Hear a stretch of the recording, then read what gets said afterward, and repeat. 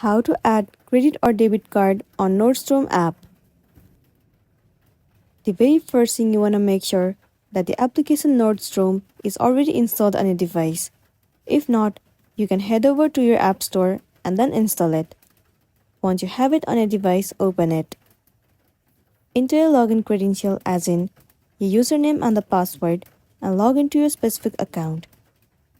Once you have been logged in, it will land you on this homepage. Now, head over to Account at the bottom right corner of the screen. Inside Account, tons of different options will be visible to you. But you have to scroll all the way down and head over to Payment Method. You simply have to click on Add Card. It will land you on this interface. In here, you have to enter some of the information of your card. Firstly, enter the expiration date and security code. Then you have to enter your first name and the last name. After that, enter the address, city, state, zip code, and also enter your phone number. Once you have entered all of the information, tap on Save this card at the bottom.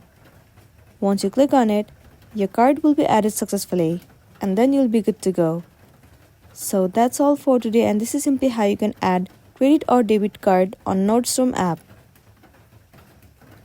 Make sure to smash the like button and consider subscribing if you found this video helpful. We'll see you in the next one.